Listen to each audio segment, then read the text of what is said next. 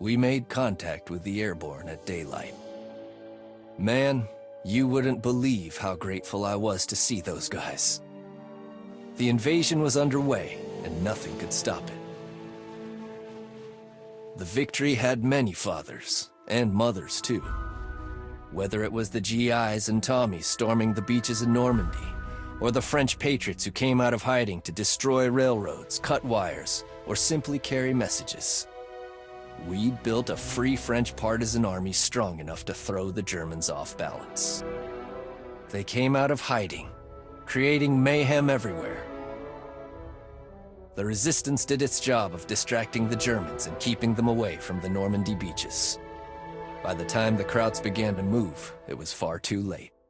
The British, Canadians, and Americans were well inland. But there was another fight, barely noticed by the great Allied and Nazi armies.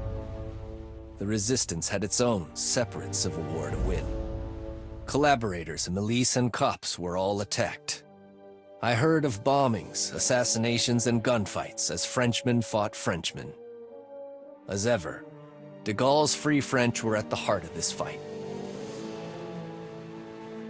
In the end, our preparation and deception worked beautifully.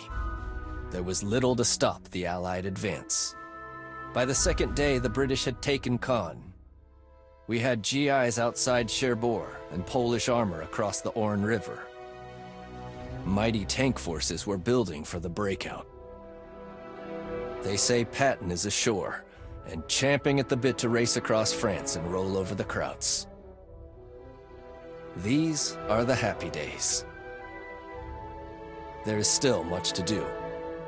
However, de Gaulle already has his eye on Paris and will form a provisional government as soon as Patton's tanks can take him there.